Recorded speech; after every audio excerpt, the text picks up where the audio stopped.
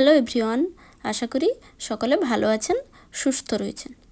আজ শনিবার, এখন বাজে প্রায় সকাল 8টা। আজকে যেহেতু ছুটির দিন, তাই আজকে ভাবছি একবার ডলার ট্রিতে যাব। তো তাই একটু চটপট জলখাবার বানিয়ে নিই।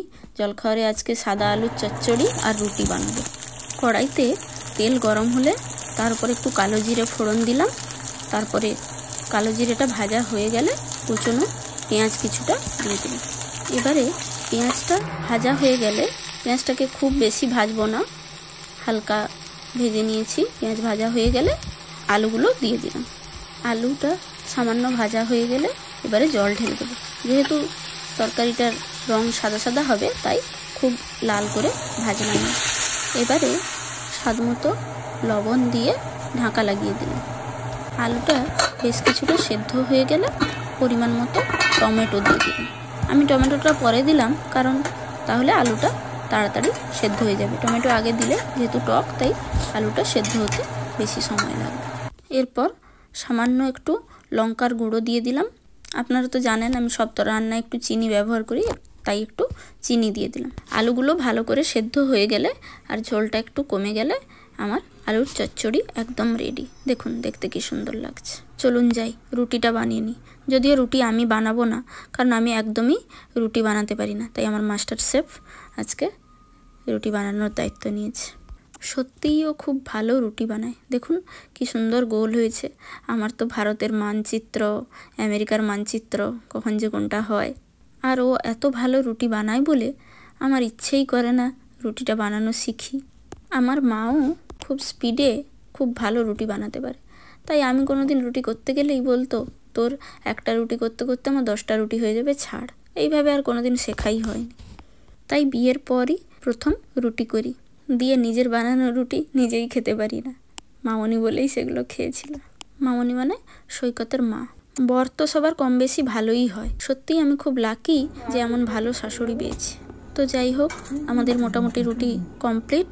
এবারে খেয়ে চলুন যাই ডলার ট্রি থেকে ঘুরে আসি।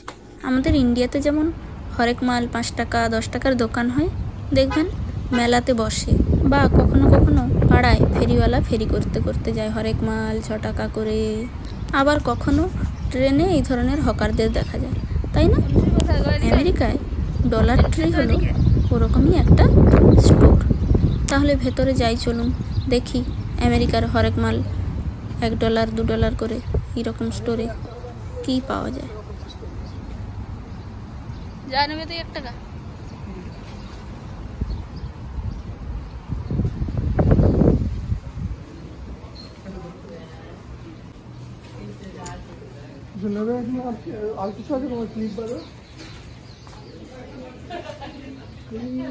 বেলুন কিনে দেন, একটা বেলুন হলো। বেলুন হলো, বেলুন কোথায় ছিল? ওই যে ঝুলছে উপরে।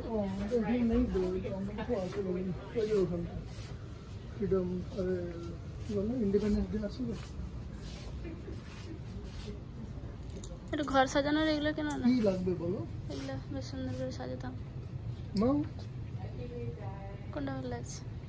যেটা তোমার ভালো লাগছে।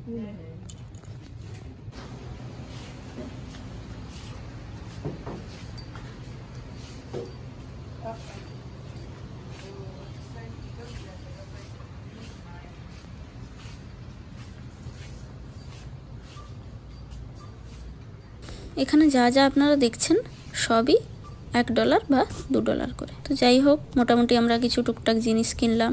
ওই ঘর সাজানোর জন্য একটা ফুলদানি কিনলাম, 2টো শোপিস কিনলাম, আমার কিছু ক্লিপ, গার্ডার, মোমবাতি, বেলুন। সামনে ওর জন্মদিন আসছে তো, তাই সাথে আর কিছু কাপ প্লেটও কেনা হলো। সবই $1 করে। ও বিল মেটাচ্ছে, এবারে বাড়ি ফিরবো। তো চলুন যাই। আজ তাহলে এই পর্যন্ত, দেখা হবে নেক্সট ভিডিও। টাটা।